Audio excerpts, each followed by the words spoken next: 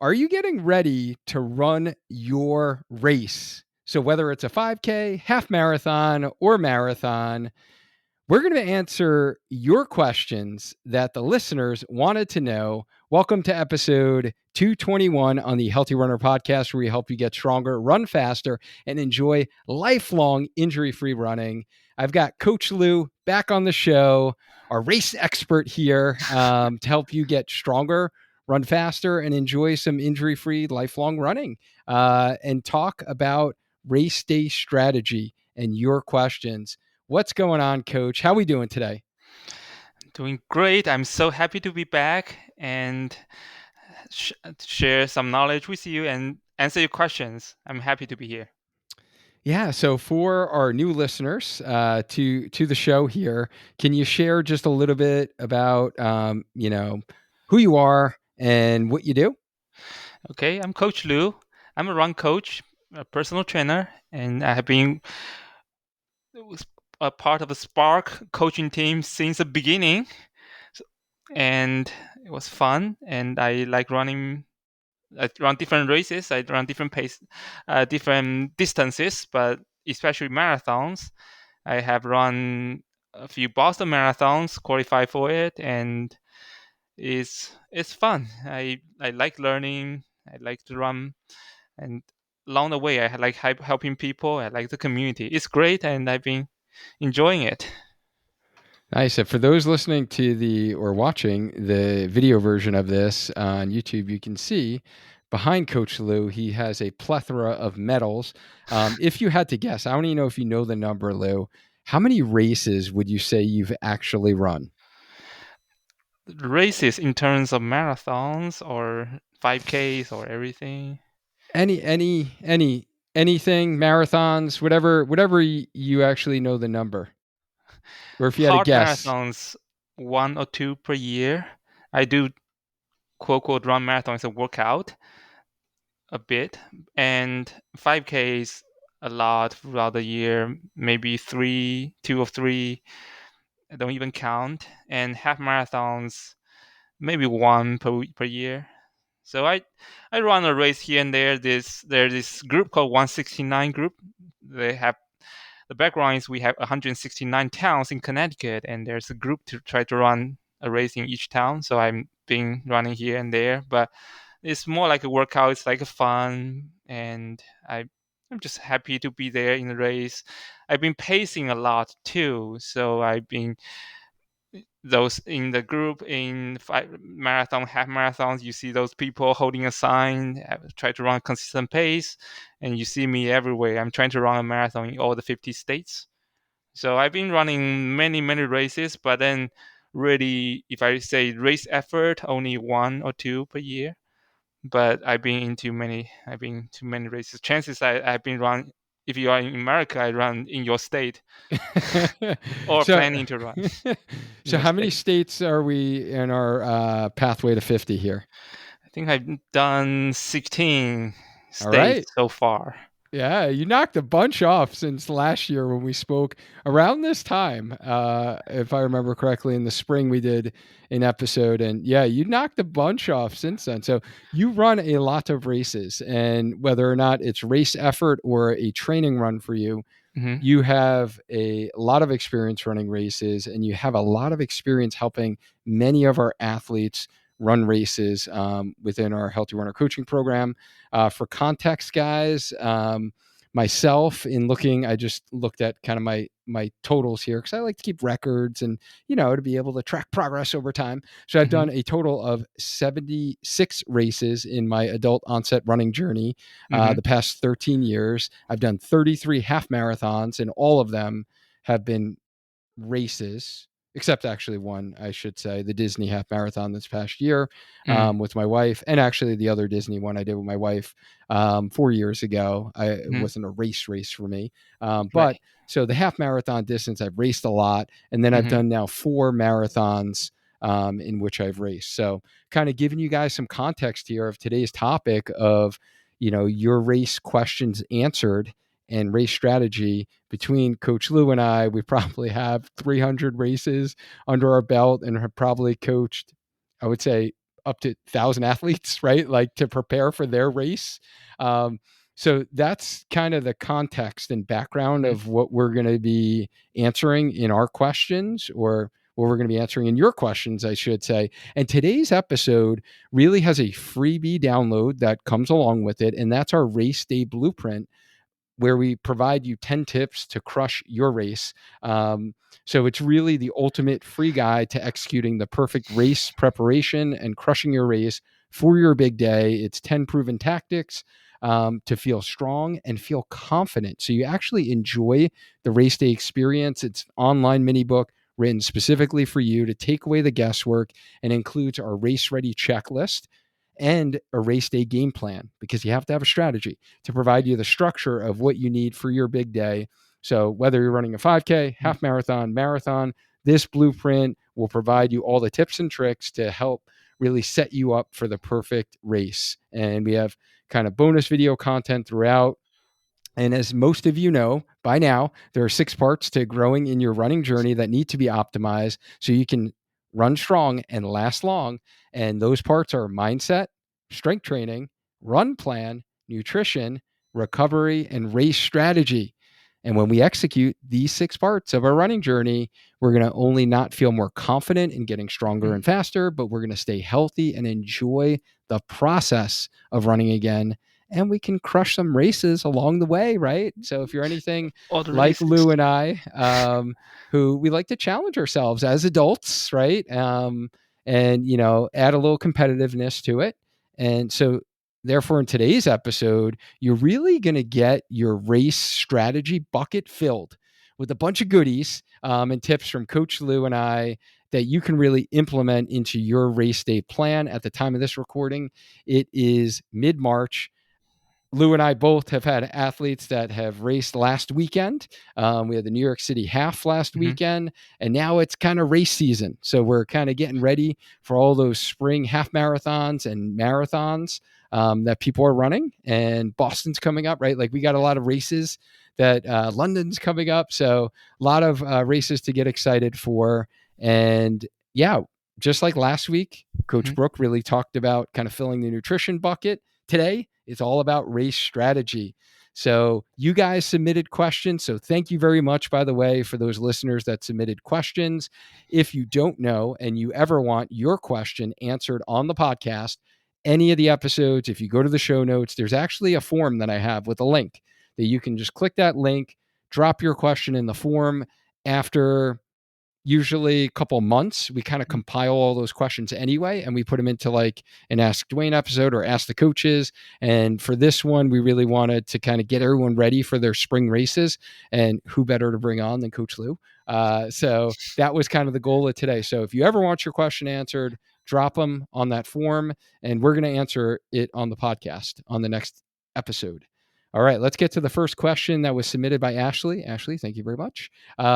So she says, first marathon in September. She's 3 smaller races before. Mhm. What do you wish you knew before your first marathon? I'm going to send it over to you, Coach Lou. Wow, there are so many things that I wish I know. I learned so much over the year. I'm still learning. The first one, I would say the most important one is that race strategy, which is great for today's topic. You don't want to go out really hard and then slow and fade away. And that unfortunately is what happened for many people's first marathon. And almost my first marathon, but I was pretty steady for my first marathon.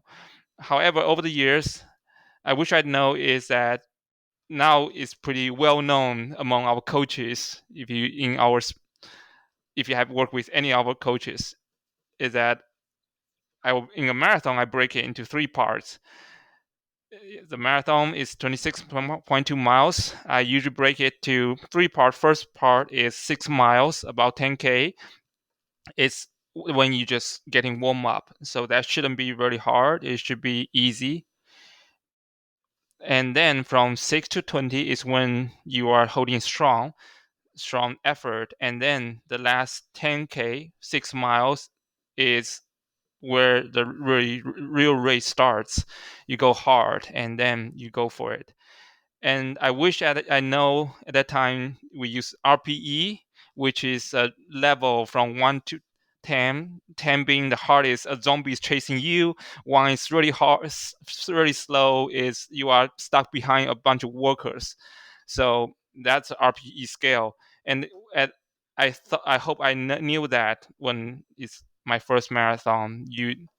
The first 6 mile, 10K, you use RP really low. The marathon RP, by the way, is 6 to 7. So the first 10K is 5 to 6, so not really hard. And then the majority of the marathon should be 6 to 7, if somewhat comfortable, that you can hold for a long time, but not jogging. And that's what shows your training is. You the majority of the part you try to flow, and at the very end you go really hard. The RP can go to 8, and towards the end maybe 9, but that's when the real race starts. So that's the race strategy I wish I didn't know. There are other things there, like nutritions, the 6 steps, right? The 6 part of the training. I wish I know the nutritions. I wish I know the nutrition better. And tapering, not just the just that not just reduce the running, but also um, that electrolytes, the carb load, and all these things, that when you're running really really hard, all these things make a difference. So there's a lot of things I learned along the way, and I can spend a whole day talking about this. But I think if you have already done your training, if you are approaching the race day, that race strategy is really helpful. It comes in handy. Wow, that was definitely super, super insightful, Lou. And Ashley, what I would add to that really is I wish I knew how much the marathon deserved respect before my Mhm. first one. And Always. I didn't realize that it wasn't just you're doing 2 half marathons. The No. amount of stress to the body in training, the amount of stress to your mind to get over the mindset hurdles that you're going to have on race day, Mhm. and then kind of what Lou said in terms of like the fueling, the hydration, Yes. the electrolyte, all of that is magnified. So some people, especially if you're on the younger side there, Ashley, can get away with kind of skimping on some of those other areas and Mhm. still like finish half marathon. And Brooke mentioned this last week. There's a lot that you're leaving on the table Mhm. usually if you skimp on those, but you can kind of finish the half marathon and still feel like good about yourself. That is exposed in the Yeah. marathon distance. Like you get exposed real quickly. And I did my first one. So I cramped up. I've shared this story before, cramped up Mhm. mile 20, painful walking cramps everywhere throughout my legs, really because of the training element, because of the Mhm. hydration, because of the electrolytes. So I guess that's my biggest take home is that the marathon deserves some serious respect, not to Indeed. scare you, but you do have to do it correctly. So hopefully you found our marathon training blueprint, Mhm. where we have a lot of marathon specific training Mhm. in that actual blueprint. If you go to learn.sparkhealthyrunner.com/marathon, you'll find it. Get that download. I would literally listen to all those trainings that we've done, follow our advice. And if you need guidance, like reach out to a coach, because a coach can like make a world of a difference for you to really like tailor it and structure it to like what you need. So I definitely agree with that. So even for me, I ran tons of marathons last year. Not always. I use that as a workout, and I know people who ran hundreds of marathons. They still fail in some marathons because they're like, just like you said, a marathon is not just 2 half marathon combined together. It's more like 3 marathons. And not to scare you, just you have to plan for it. You have to respect it, but you don't have to be scared of it. You just have to embrace it and then just do things right. Because everything that you're not doing right will be magnified. If you don't eat a gel half marathon, you may be fine, especially if you're in the fast side. But then for the half marathon, you will definitely run out of fuel. You may hit a wall. If you run too fast, you're gonna see that you see the consequence you dramatically. If you don't hydrate the day before, if you walk too much, a lot of us go to a marathon to go to good place as a travel part of travel. So you're excited, you start to travel the day before, and then the next day you go to marathon, your legs are already tired. All these things, little things, they show up because marathon is needs some respect. But you see that they are not big. You just have to be careful and respect it, and you can still do it. Don't be scared. All right, I love it. So thank you again, Ashley, for submitting your question. Yeah, we probably could literally do a whole episode on that, Lou. But I'm Yeah. going to try to advance the conversation here to get to the next question, Yes. and that is: would a super shoe with a rocker designed sole be effective for running a downhill race? And Bob K wants to know. I think this is our buddy Bob from Connecticut. Would like to know the answer. What do you say, Coach Lou? I haven't run a downhill course that like the one I'm gonna run, the Rebel race, but I did run Boston. I would say super shoes. Okay, so if you train your long runs, if you do your workouts, tempo runs, fast runs, assume that when you have super shoes, you're already doing some speed work. You are not just go there to finish a marathon, you or half marathon for that matter. You are going there to run fast, finish fast. So you are doing some speed work. So you already wear the shoes for your hard runs and long runs, so you are used to it. So that's the first important thing. So make sure you use that shoe before, regardless it's uphill, downhill, flat. Then for specifically for downhill is that when you go downhill, the toe is tend to hit the front. So if your shoes are already tight, then you are more likely to have black nails. But if you don't have to just buy a shoe that's half a size up or a full size up from your regular shoe, I would say just stay with the shoes that you trained before, but just make sure that when you run, you don't never have problems with swollen feet. Yeah, So that's so that's what I want to say. So you still stay with the shoes you had before. If you want to try anything, just like the old saying goes, nothing new on the race day. So if you want to go and try some shoe that's slightly longer, because it's just easier to hit the front when you go downhill. If you want to do that, you want to do that during your training. You don't want to do that at the last week or a couple of weeks before the race. You want to do something that's proven before. So the super shoe, good, great if you use that before, and then you can just take it to the downhill race. The only thing I want to say, just make sure it's not super tight, and because downhill make it even worse. So that's what I have. yeah, so thank you, Lou, for that. And I guess I'll just take a step back just for those listening who are like, "What the heck are they talking about super shoe?" So the super Yeah. shoes are these race specific shoes that many of the elite runners have used really for the last like decade now, and Hmm. have become really popular and mainstream now in recreational runners that want to challenge themselves. And initially, they were all known as the carbon fiber shoes. So if you've heard that term before.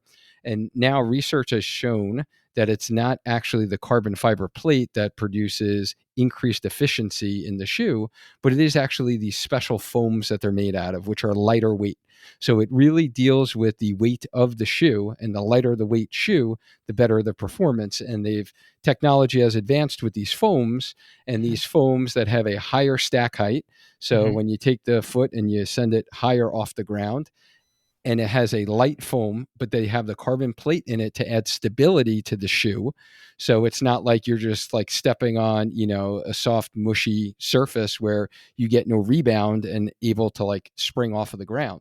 So Hmm. that's kind of what a super shoe is. If you haven't heard of it, I would agree with Coach Lou's point in I'm not a huge fan of someone who is running a race and they're not really looking to push time and they're not looking to run at by the end of the race an 8 or 9 out of 10 effort, probably don't need a super shoe. And if you're not doing speed work in training, you probably don't need a super shoe either.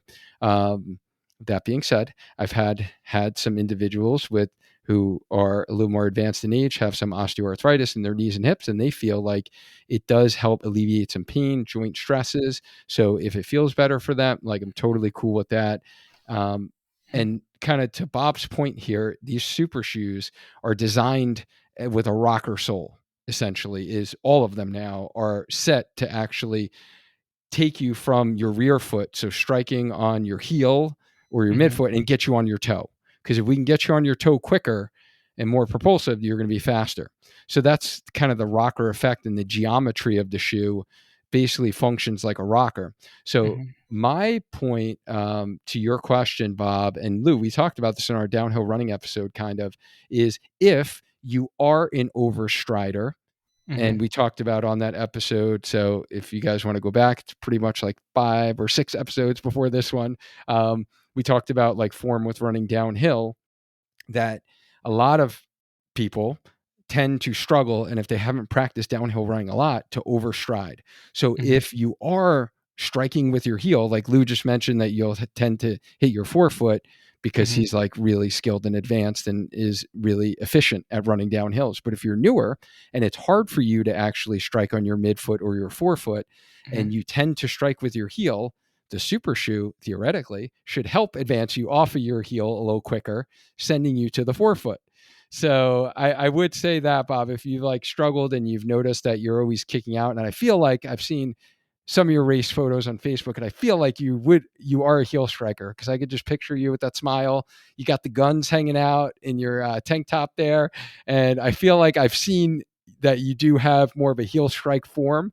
So if you're asking for yourself specifically, I feel like it would benefit you to have, and utilize your super shoe if you are running a downhill race. But I would be careful, as Coach Lou said, about getting the issue with wind up losing a toenail or getting black and blue toenail.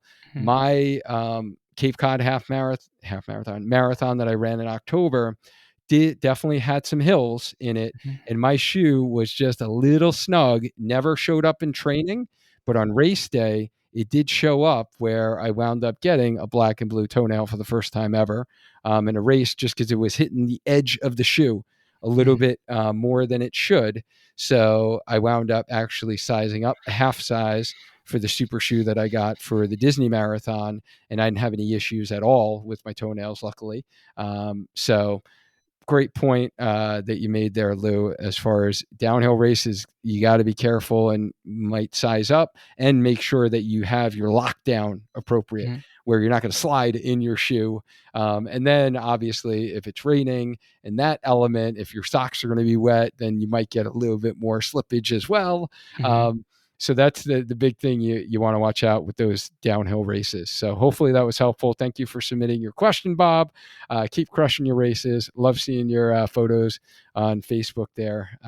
Next question comes from Dina, one of our favorite happy running clients, who's just doing amazing training for her half marathon with Coach Cat. We'll be running the Cheshire half, and we'll actually be able to meet in person that week. So I'm excited to meet Dina, who's a Floridian runner, who's just doing some amazing things. So Dina says, do you believe everyone can run a marathon, even runners over 56 or slower pace? What do you say, Coach Lou?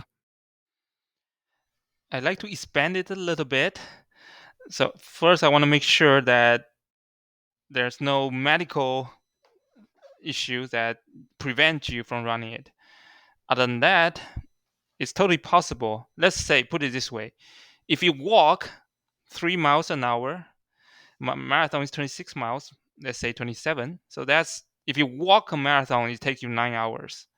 So it's totally doable if you can walk 9 hours. Let's say if you stop an hour along the way, you chat or go to the bathroom, blah blah blah. It takes you 10 hours. So in theory, some marathons doesn't even have a cutoff time. So if you can go find some marathons that's 10 hours, you can just walk it and you just run a few steps. You can totally do it. You can finish it. Now is it good to just walk a marathon just to check off the list? Then that's really a personal choice. If you just want to check it out the list, you can find a long marathon. You can just walk it. But then if you want to run it, it's totally doable. 56 young, I would like to say. You can totally do that with some training. If you can just walk a marathon, you can totally run it. I would say you just train with Coach Cat. She would help you, and we just have the podcast 2 podcasts ago about with Jeff Galloway. That's run, walk, run. That will definitely get you through the marathon with some run, walk intervals. You can totally do that. I would say everyone's can do it. You just have to train for it as long as it's medical approved, and then the marathon time has a generous cut-off time. So then that's totally doable. But if you do have time, if you not just want to do that, say check it off this year, if then you can take the time, you can train, you can get your half marathon a little faster maybe. So then you don't have to spend 9-10 hours to do the marathon. It's just a little easier on your body. Let's say even if you walk a marathon slow, 9 hours, 10 hours is fine, but it's still a long time on your feet and it's a lot of impact to your body. So you can still do it, but then I would say if you have more time, maybe you can wait a little bit, get your half marathon slightly faster, and then you can finish that a little shorter. So you don't. It's just less impact to your body. So it's totally. So first, it's doable. And second is just how and when to do it. So I hope that I address both part to this question. Yeah, very. It's pretty much same thing I would say, Lou. But you know how I'm going to answer this one, Dina? Just like Chef Gusteau will say, anyone can cook, anyone can run, and I do believe that everyone can run a marathon if they have base building time period built up Yeah. in their legs and they're patient, meaning they're not rushing to go from couch to marathon. And we're going to get into that question a Hmm. little later that someone submitted. But if you're patient and you're doing it like you're doing it, Dina, where you've now have consistent running over not only weeks, not only months, but years, then it is doable. And Coach Lou brought up a great point with the run, walk, run method Yeah. and the Jeff Galloway method, like we talked about on the podcast. I've seen many runners of all different abilities, complete the Run Disney events. So you can certainly do it. I would say, again, like to Coach Lou's point, I would try to, think about maintaining that at minimum 16-minute pace per mile, because that is when you would get swept at like the Run Disney events with the balloon ladies. And anything slower than that, I do think is really going to be a grind and a slugfest on your body, and honestly, mentally, Mm. just to mentally be able to do that. I think it's going to really be a challenge. So if you can at least run a 16-minute mile pace, you can certainly run a marathon if you've completed half marathons before. You have a strong why to why you actually want to do the marathon, not just because all your friends are doing it, or you really are in a rut in life and you're like, you know what, I need to set a goal for a marathon. This is going to get me out of my funk. Let's do a marathon in 16 weeks. Let's do a marathon in 20 weeks. If you haven't been training consistently before those 16 or 20 weeks or 24 weeks, whatever your plan that you're doing for your marathon, it's probably not going to be in your best interest, because it's not going to be really the outcome that you want. And I Mm. actually just started working. I actually onboarded her today, my client, who unfortunately didn't really have a base level of training built up, and signed up for a marathon, and unfortunately wound up getting some IT band syndrome at the 14-mile long run, right? Which is so common. I see a lot of clients that this happens to. So my answer, just like Lou's, is like, you have to have some consistent running built up. And I really, really strongly recommend everyone at least run for a year consistently before you decide to like do your first marathon. Um, Marathons are not going anywhere. there's no need to rush. And Hmm. sometimes we're just like, we got to set this big goal, because you got to set the big one in order for you to like take action. But sometimes that's not the best for your health, honestly, because it takes the body a while to adapt to the demands of the training load that you're going to need for marathon training, the number of miles you need to run a week, your long runs. It's a lot on the body when you're out there for, multiple 2, 3, 4 hour long runs. It's a lot of stress to the body. So, in order to stay healthy and to be able to run for longevity, which we're all about, those are our recommendations. But if you follow those recommendations, yes, I do believe everyone can run. It does not matter if you're quote unquote slow, and it doesn't matter what your age is. Like, Yeah. there literally has been, I think I saw a video on social media the other day. I wound up sharing in my story. The guy was 100, Yeah. 97, something like that. Something like And that. he ran a marathon. So like that, I aspire to be that guy. Like, I hope to be that guy. So age doesn't matter. It really just matters in level of training, and doing it the right way, and making small incremental progress in your running journey. And yes, you can run a marathon. So thank you for submitting that, Dina. All right, next question here. What breakfast would you recommend before a half marathon, and how long before the start, please? Paula wants to know. What do you say, Coach Lou? Stay with what you have trained before. Everyone have their own routine, and assume that if you run the half marathon, you probably have a bunch of 8 miles, 10 miles runs, long runs before, and stay with what you do for those long runs. So each long run is a mini practice for the race day, and the race day, nothing new on the race day. So you stay with your routine. If you want to say personally for me, I will have either white bread or bagel or muffin. So it's really just carb that's easy to burn off, and some electrolytes 2 3 hours before the race, and then right half an hour before race, I get a UCAN bar and some sip of electrolytes, and that's it. Excellent. Yeah. So actually, Paula, we just answered this question literally in the previous episode 220, with Brooke, a registered dietitian. Hmm. She mentioned 2 hours before the race is kind of the sweet spot to do your breakfast, which would be those carbs.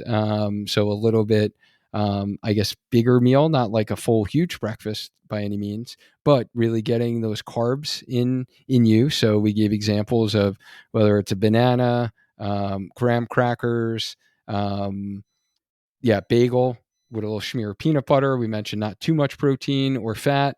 At that time, more for taste. Hmm. White toast, like those are all great option. Oatmeal for some, that works. And then 30 minutes before the race, you want that small, quick snack. So like Lou does his UCAN bars, which I love as well. Some people do their gel right before, or if you want to just have like 1 or 2 graham crackers, they're easy to bring. Some people do a banana like 30 minutes before. So that would be the optimal timing for the half marathon specifically. And even the marathon, I would say that kind of holds true. You're just going to want to think about actually adding more fuel. So a little bit more carbs for the actual marathon distance, if anyone is wondering. So thank you for your question, Paula. So Kara wants to know, how do I safely build up mileage over time, going from couch to marathon? And can it be done in 8 months to a year? What do you think, Coach? This is the question we were referring to, and unfortunately, it depends because everyone has different base, and if say couch, you can be a cyclist or you can be a competitive swimmer on the couch. I know some competitive swimmer who's like really fast, so they have great aerobic base. So even though they don't run much, it's really easy for them to pick up. And they already lift and they are consistent lifting and things, so their muscles are ready to take on the runs. I will say, if possible, let's say break it into, are you is it possible for you to run a half marathon, that you said the marathon in 8 months, right? Or 10 months? The Yeah, question is 8 months 8 months. to a year. Okay, so if you can run a half marathon in 3 months or 4 months, 3 to 4 months, then you have 8 months to build up to the marathon. So it's possible, and we have people who've done that, but it's it really varies individually. And if you have that, or you already have those base, what we call base, aerobic base there, it's easy to transfer to running. So the couch is not couch, but it's a couch, an athlete on the couch. It's different from a potato on the couch. So that's what I'm trying to say. Yeah. No, I think that's good, and yeah, it's that, answer that "it depends," that we all love so much, Yeah. Kara, and I would totally agree. It does depend upon what that fitness level is. What is your injury history? Have you tried running before and your knees always hurt when you ran? Have you been healthy recently? Mhm, Have you had a recent injury you needed to go to rehab for? Um, Definitely, that's a factor. Aerobic capacity wise, that's a mhm, factor. And then I would say I like that your question is asking 8 months to a year, though, because I mhm, just mentioned I feel like I like to have people running a solid year mhm, before they do their marathon. But you can certainly, do it within that 8 months to a year time period, especially depending upon your age, your health, your level of fitness. mhm, All those variables are key. So if you're in your 20s or 30s and you're used to going to the gym 2 to 3 times a week and you've been relatively healthy, you don't have any injuries, I would say definitely yes. However, if you're in your 50s, 60s, you've had some knee issues in the past, you really haven't been going to the gym, exercising at all. You feel like you're a little overweight and that your weight's a little higher these last 5 years than it's been. Your doctor's telling you, I want to get your weight levels down. Maybe you have some other, high cholesterol going on, and you have some other maybe comorbidities, we call it, right? So those are all going to be what we call negative prognostic indicators, meaning your success rate at trying to do this couch to marathon is not going to, the likelihood of success, meaning you actually train for the whole thing, don't get injured, enjoy the process of training, and it doesn't suck and you feel like this is terrible. I never mhm, want to train for another marathon, because we don't believe in that, right? Like, what's the point in like running a marathon? I guess some people do it for like a bucket list thing. I guess if that's your mhm, personality and you like have these 10 things that you want to do in your life and then you just want to like check it off the list and move on, totally cool. You could mhm, probably do the marathon. And again, it might suck. You might get injured. You might be running through pain. We're all about like lifelong injury free running. So if you actually want to, have running be a part of your lifestyle and be mhm, able to enjoy it for longevity, then I wouldn't rush into it. But if you're that latter scenario I mentioned, I would probably encourage you to stick more to the year, 2 year mark. And then lastly, if you haven't been training with run walk strategy, that will be the strategy that's going to give you the most success and to actually enjoy the training, not feel like you're injured, not feel like this is a total hard effort to conquer. So that will make it a little bit more accessible to you. mhm. So hopefully that answers your question. And thank you for submitting, Kara. Appreciate that.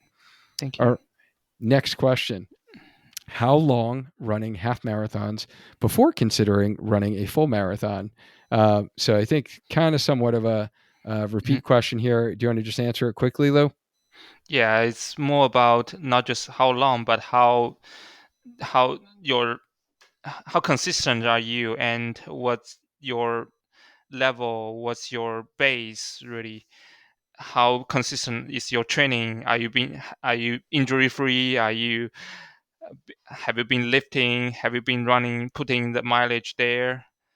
And that doesn't really matter how many half marathon you have run, because you can just do a half marathon with minimal training again for years, or you can just you could be just running training all the time without even running a half marathon. So it's, yes, half marathon is good, but then the numbers doesn't really matter. It's a quality, it's a training, how consistent is your training, that really matters. I hope that I answers your love it. question. And the last thing I'll add to that is depends on your goals. Mm, Have you conquered everything that you wanted to in the half marathon distance? Like for me personally, I wanted to continue to improve in the half marathon distance before I even considered a marathon. Then when I got to the point where I kind of plateaued honestly in my performance and I felt like I hit this like big PR. It was a little bit of an outlier. It was like a 333, all my other, or 133 half marathon. All my others like 135, 136. And I was like, okay, I kind of met this mark. Like, I need another challenge. Then I was like, let's try a marathon. Right. So I mm, guess, have all your goals been met for the half marathon, or are you not as excited to train for a half marathon and you're looking for that next challenge? Then I mm, would say consider running a full marathon. And if you don't have a desire to run a full marathon, you don't need to either, just right, because others do it. Right. So sometimes we get caught up in that trap as well. right. Um, Don't. is friends and even just doing like the Run Disney stuff. I saw so many of the dopey challenge runners kind of fall into that trap of like, all my friends are doing dopey, so I signed up for it. Or, like you don't necessarily need to do a marathon. Hmm. Um, like half marathon distance is a long distance and it It can be is. challenging, and training for it, there's so many areas for improvement. So hopefully that answers your question. Thank you again, Dina. We love your questions. All right, next question. Karen G would like to know, while marathon training, what race distance or distances do you recommend racing during the marathon buildup, and how far out from the marathon? Excellent question, by the way.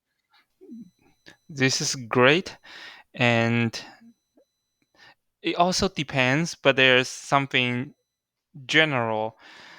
So first, I assume that if you include any race, usually means you are doing speed work in your training. So your goal is not just to finish; you want to finish strong. So that's the assumption, because otherwise you better not doing a lot of race, because all the mileage is already too much, and you don't want to put extra stress to your body and risk injury. Okay, so if you're doing already doing speed work, and then a great test is a half marathon 4 to 6 weeks before the race. It's about time when just about you before you reach the peak. It's a good indicator for, we call tune-up race. Why half marathon? Because it's close to marathon compared to 5K or 1 mile race. It's close to marathon. You also practice strategy, and in the actual race setting, you go there an hour or half an hour and a half around before the race start. You practice going to the bathroom, doing some strides, doing some warm up, and do this logistically, and you practice the mind. The mental part. The mental part is so important in the marathon and half marathons. You practice the eating, the dinner, the race day, breakfast, all these things. So that helps with the race setting. So that we call that tune-up race, and that's 4 weeks is kind of typical time before a marathon, a half marathon. 4 weeks a half marathon 4 weeks before the marathon is usually a good time. And you want to find something not extremely hilly, because that may make you a little disappointed of the time. And well, I would say find something that's close to your marathon course. So if your marathon course hilly, then you may find a hilly half marathon. And then depending on your training level, you may go all out or run it as a workout, a marathon pace workout, or something in between. That depends on your training level. If you if your training level is really high, you are constantly doing a lot of hard work. So that I have to step back a little bit about this 20 80 principle. So the rule says, of all the mileage you run every week, no more than 20% should be hard runs. So 80%, majority are super easy runs. So keep that in mind. That means if you are ready to race a half marathon, that means your volume is usually 40 plus miles a week. Otherwise, it just takes you too long to recover. So you have that decent mileage, so you are ready to race a half marathon. That you can race actually all out. If your mileage is lower than that, maybe 30 miles a week, let's say, then you may run it as a marathon pace workout rather than half marathon race effort, because it just takes too long to recover.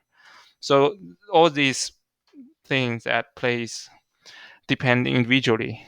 Yeah, so I would agree with those sentiments, Lou, and Mhm, I would say mhm, um, this is a common problem that yeah. most people make a mistake with, and they run a race too close to their Mhm, goal race. mhm, And if you're talking specifically marathon training, mhm, um, I would agree with Lou. Definitely no closer than 4 weeks mhm, from your marathon. So 4 to 6 weeks would be the sweet spot, I would mhm, say.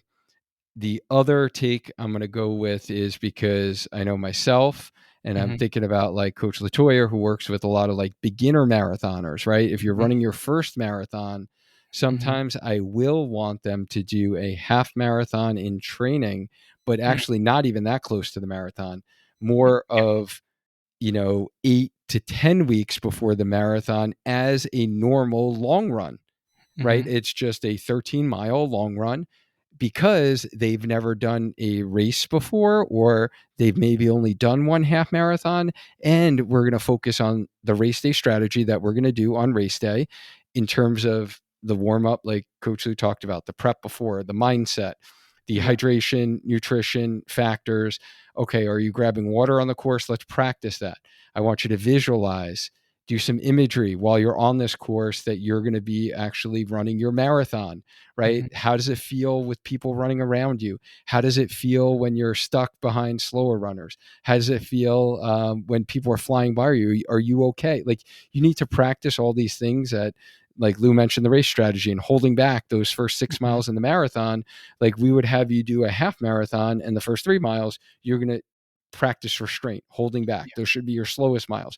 So we kind of want to practice those things. And especially if you haven't done a lot of races, it's just good to get you that exposure, because then you've been there before. It just decreases the anxiety levels a little bit on marathon race day.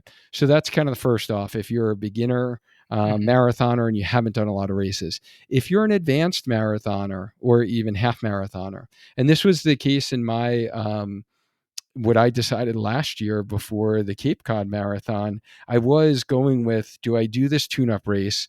Do I race a half marathon? When do I do it? I was kind of going back and forth. And actually, it was after our episode, Lou, that we did the Long Runs with Spice episode. So if you haven't checked that one out, that's another good one. When you do your long runs, to add some specific pace work into it. And I really came down to the decision that my main goal was to run this marathon. That was the race on my calendar for the year, which is literally the same thing for this year. I literally mhm, just sent a message to my coach today about my plan to kind of race a 5K, then race a half marathon, timing wise, when should we do it? And then with my main goal being the Wine Glass Marathon, the first weekend in October. So last year, that was my main race. And I was thinking about it. I'm like, why would I want to actually go all out race effort if I'm already doing speed work and training? I'm doing mhm, these long runs with Spice or pace work, going at mhm, marathon pace, holding marathon pace for like, I think my longest one was like 8 miles at marathon pace, which was a freaking hard run, right? I think that was like an 18 miler. And why like go all out race effort for a half marathon when that's not my goal right now? I'm not trying to PR a half marathon. And honestly, even if I did, like, I don't want that to jeopardize the main thing, right? And it's not really what I was focusing on. So what I decided was to actually do a half marathon. I actually ran it with Lou in New Haven, and it was a long run with pace work in it for me. So I had a specific strategy that my coach designed that I was running. I think it was like the first 4 miles at a slower pace, kind of an easy pace. And then I wound up running marathon pace for like the rest of the half marathon. And it was just to get in a race setting. And it kind of was good, even for me, because it was like a while since I actually raced. So I ran one in June, and then I wound up running that in September. And I got spoiled over the summer, always having my hydration vest and just being able to sip my water, sip my electrolytes whenever I wanted to.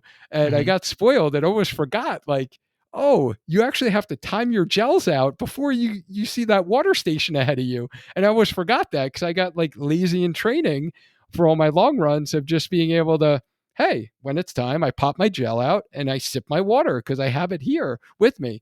And I kind of forgot. It was like a mental switch that I needed to now look ahead, know when the water stops are, and then take my gels before, because you always want to chase those down with water to help with the absorption.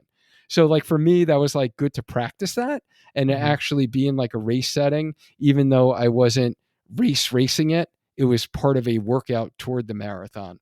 So as many of these questions, it kind of depends. I hope that helps you, Karen. But I would agree the half marathon is going to be the best distance for you to do, whether you're using it as a race to like actually like race hard effort, like leave Hmm. it all out on the course.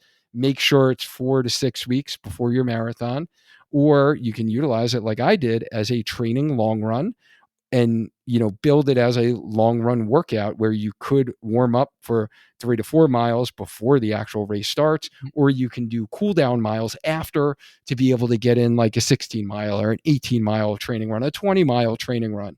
You can just run with friends essentially for 13 of those 20 miles. Makes it go a little bit easier and isn't so like long and boring if you're out there doing it on your own.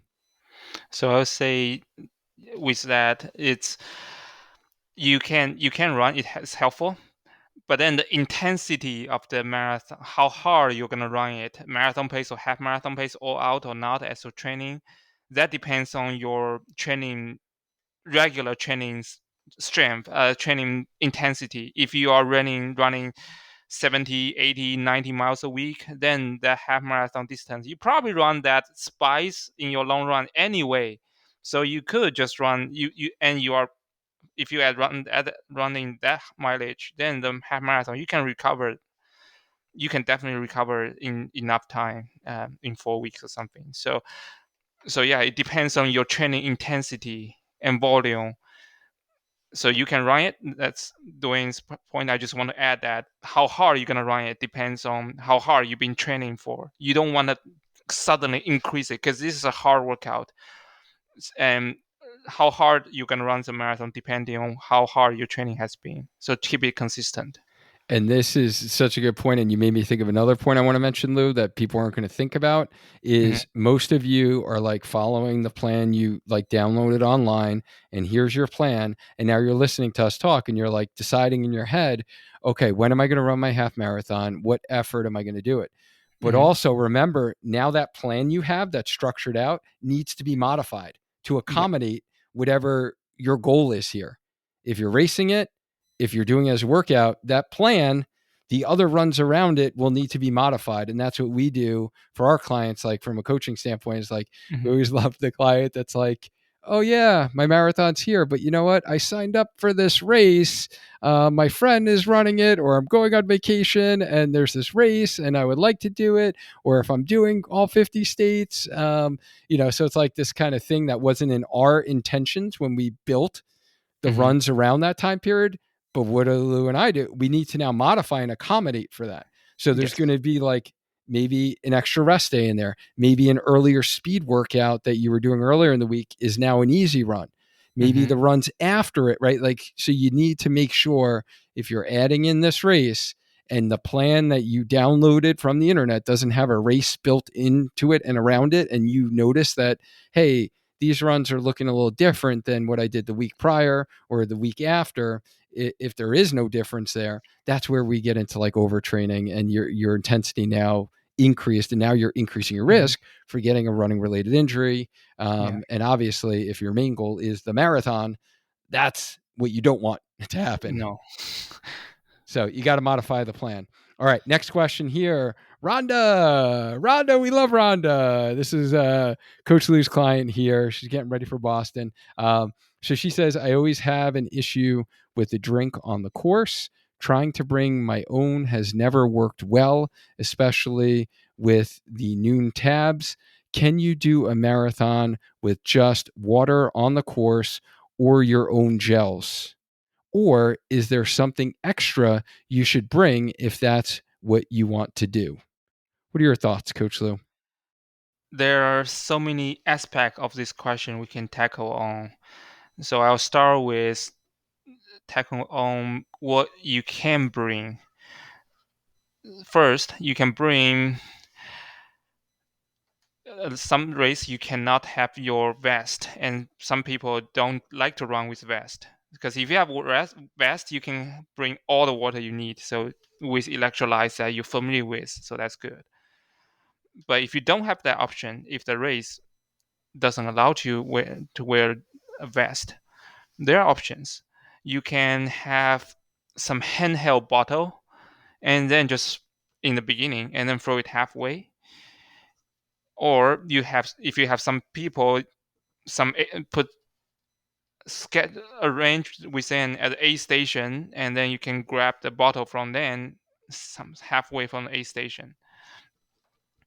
Or if you practice with some electrolytes, say salt tab, that that can be, that has all the electrolytes, that works too.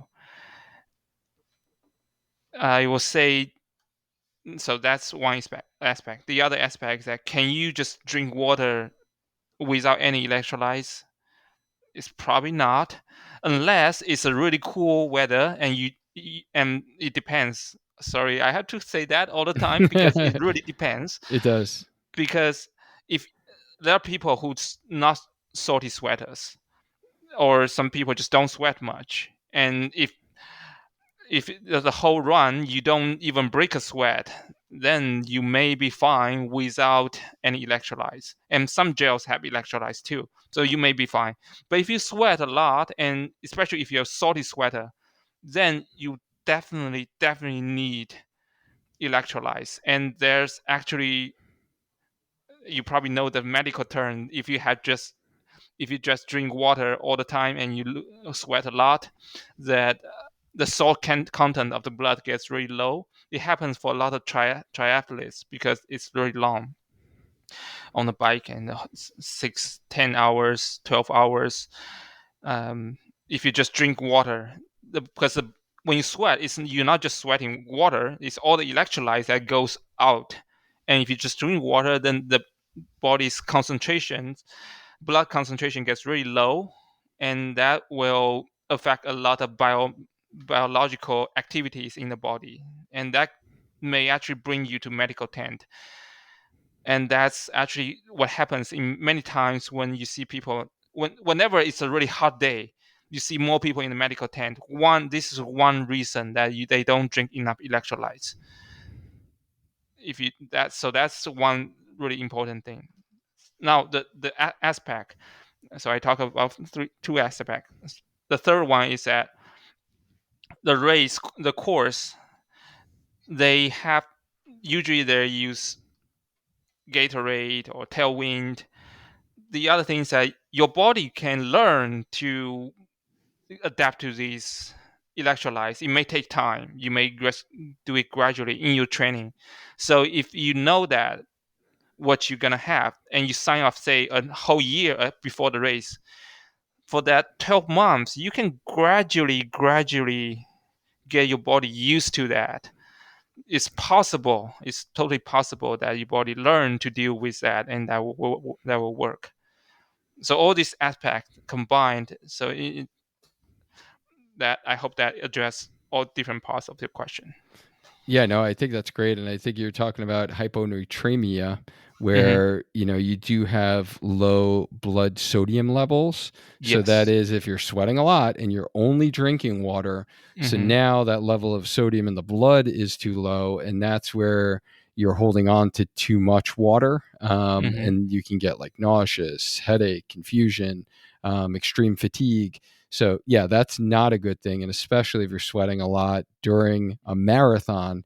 And this is really most important in the marathon.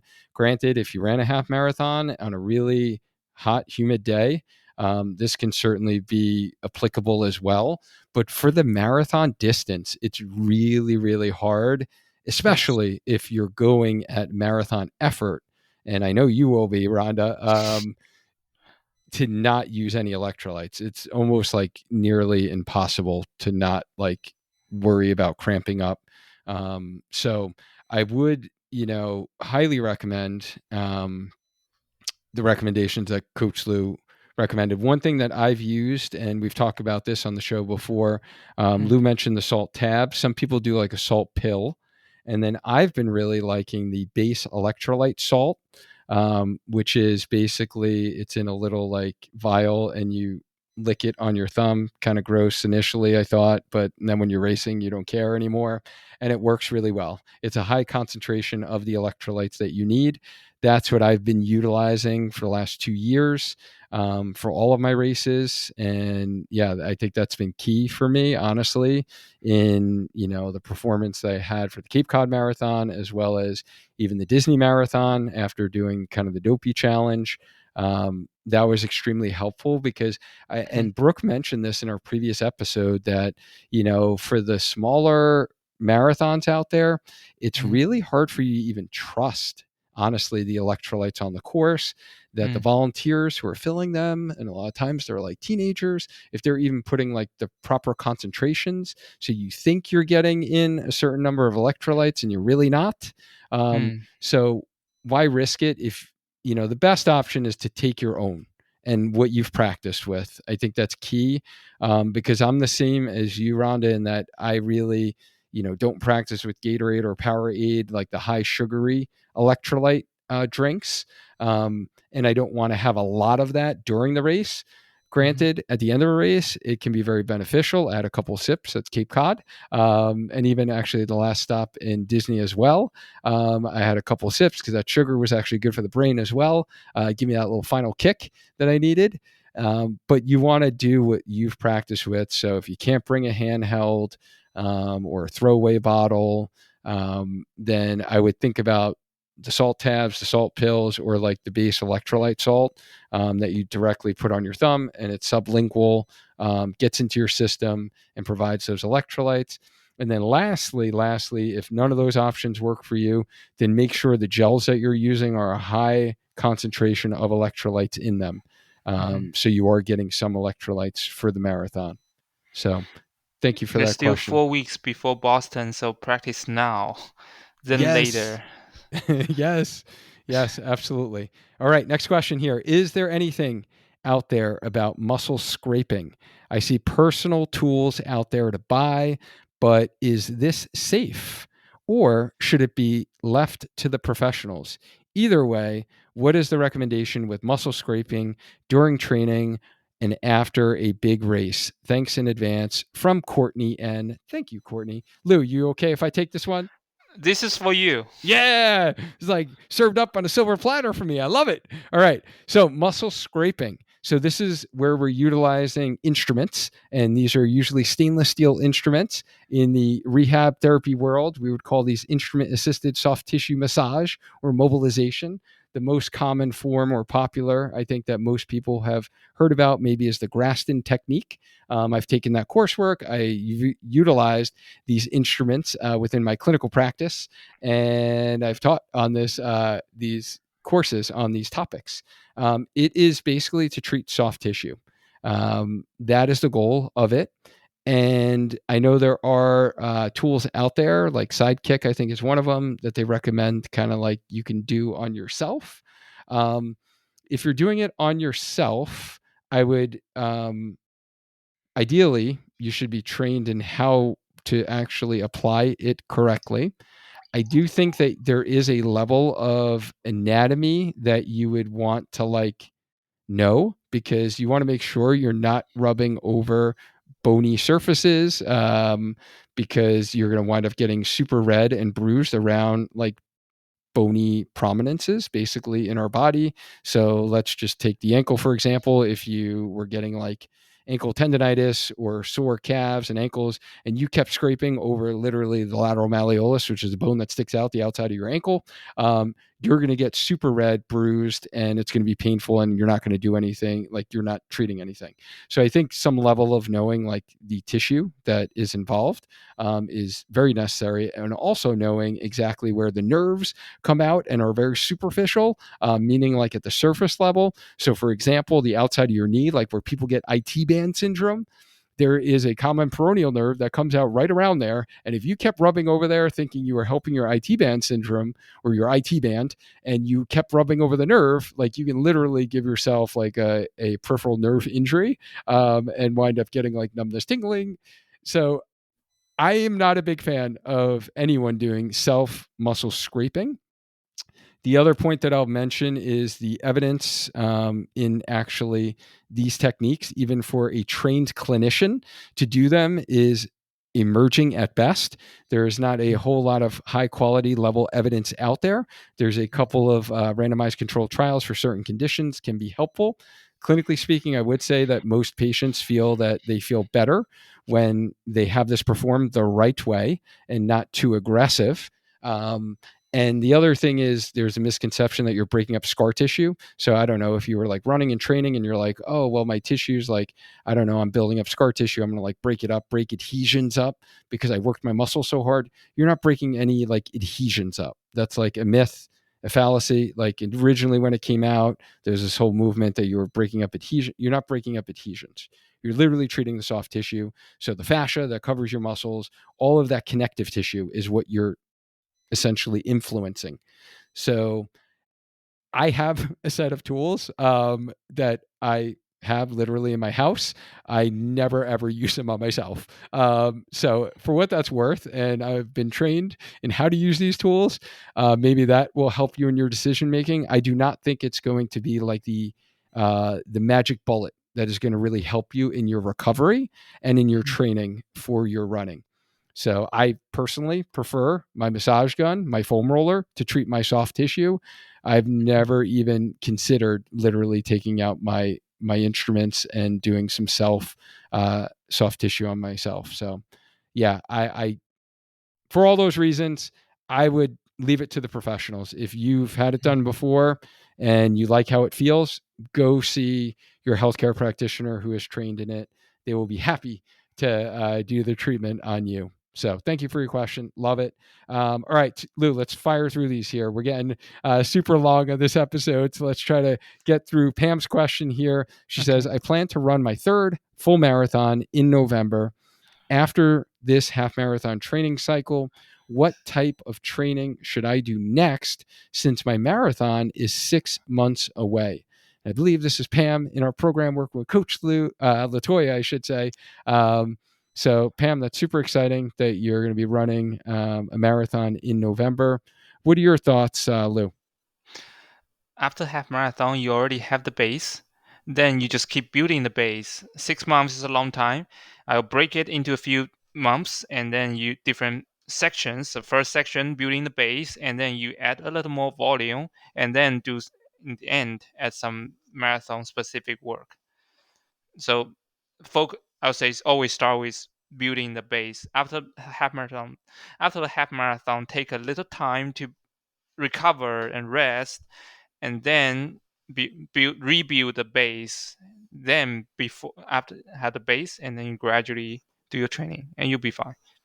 Yeah, that's like honestly perfect timing, tell you the truth, Pam. That I think of it as like a 2 month base building kind of recovery mode, a little bit Mm-hmm. lower key, no specific workouts, just consistent running and double down on your strength training. So you have our strength training exercises in our program. This is the time period for those 2 months. I would say bump up to 3 days of strength Mm-hmm. and then think 4 month block of training. And Coach Latoya would be happy to help structure that out for you. By the way, 4 months is perfect. And then for that 4 month block of training, the first 2 months, I would have you do strength twice a week. And then the last 2 months, I would have you do strength once a week. Right. So you notice how there's like this periodization and different goals, different focus. You're Mm-hmm. focusing on half marathon. Now it's kind of recovery base building phase, double down on strength during this time period, and not Mhm. running marathon pace miles, not running super long runs, but maintaining a long run throughout the week. And then you're officially kind of marathon training 4 months out. And then it really gets to like your mindset and the right like mindset. So you don't feel like you're continuously training for a race and you're not Yeah. thinking about you just finished your half marathon and now you're training for a marathon. Because like Lou said, 6 months is a long time period for you to Mhm. even maintain focus for like structured training for that time period. So your timing is actually like perfect. Most people don't have it like that. They're trying to rush things too quickly and they're going back to back races and they're not allowing that actually recovery and base building phase, which is so Mhm. critical in staying healthy as a runner. And last question here, Sean asks, this is Whitney's client. Sean is just crushing his marathons. I love his journey. It's been so cool to watch. So he says, for someone like Lou, oh, calling you out, naming you. All right. For someone like Lou, who runs Right. lots of marathons, how does he go about planning his race calendar, such as spacing between marathons? Which ones to race versus easy runs and etc. So for someone like Lou, I can't answer that, Sean. So this is all you, Lou. This is someone like Lou. This is Lou. I would say yes. I ran a bunch of marathons last year, but there are none of them racing. If you are racing a marathon, I would say no more than two per year. Ideally, only one per year. So space really far out, twice a year at most. One in the spring, one in the fall, and then depends on your volume. You may run a marathon, it's a workout. That's what I've been doing, but I've been running 70 miles a week. So marathon is just a long run. Remember, the long run shouldn't be more than one third of your mileage. So if you're running 35 miles a week, then you run a marathon. It's like 80%, 90% of mileage is a marathon. Then it's not really good. So I hope that helps. It just when you plan space things out really far away apart, and whether or not you can add marathon as a workout depending on your volume. If you have a lot of volume and the marathon is just your a little longer runs, you may add it. But even with that, if I'm just focused on really hard marathons, I wouldn't even add any tune-up marathons during the training because it's just too long. It's just even if you're running slow, it's still time on your feet. As even if you have a lot of mileage, even if you're fast, blah blah blah, you will the longest run will be 22, maybe 24, but 26 is just too much. Um, and also going to marathon, if you especially traveling for marathon, is a lot of stress to the body, so it's not optimal for training. If you go into train really hard, I'm training really hard for Chicago this year. So when I'm still running a few marathons tune up now, but then when I'm really starting training, there's no marathons in between. It's just gonna go for it, and so not even a workout marathon. All I right. hope that So yeah, and you helps. shared that actually on the last episode, Lou, with the Mhm. downhill running. We talked about like the Houston Mhm. Marathon, and you even admitted last year that you did run so many marathons that you paced and ran with other friends, and it Yeah. wasn't ideal for your personal No. running and your marathon fitness. And it sounds like you're doing a better job at prioritizing that Chicago's kind of your main goal and you're Mhm. making sure that for the couple months leading up to that you're Yeah. not doing any specific marathons is what I'm hearing. Yes. All right. Yeah. So hopefully that was helpful for you, Sean. Thank you so much for submitting your question. And guys, hopefully this was helpful for you to prepare for your race. We talked a bunch relating to kind of race, and we got into honestly a lot of training. Mhm. So if a lot of the principles that we're talking about either flew over your head or you were just like, wow, I had no clue that I needed to even consider these variables. And if you're wondering like how to specifically structure out your training in order to optimize your race and for your unique circumstances, for your time constraints, and to do it all in a safe manner so you don't get injured, that's exactly what Coach Lou and our team of Healthy Runner coaches specialize in with our signature Spark Healthy Runner coaching program. So we provide you the structured run plan, strength training for runners, proper mindset, nutrition, and recovery that we really kind of alluded to in our answers today.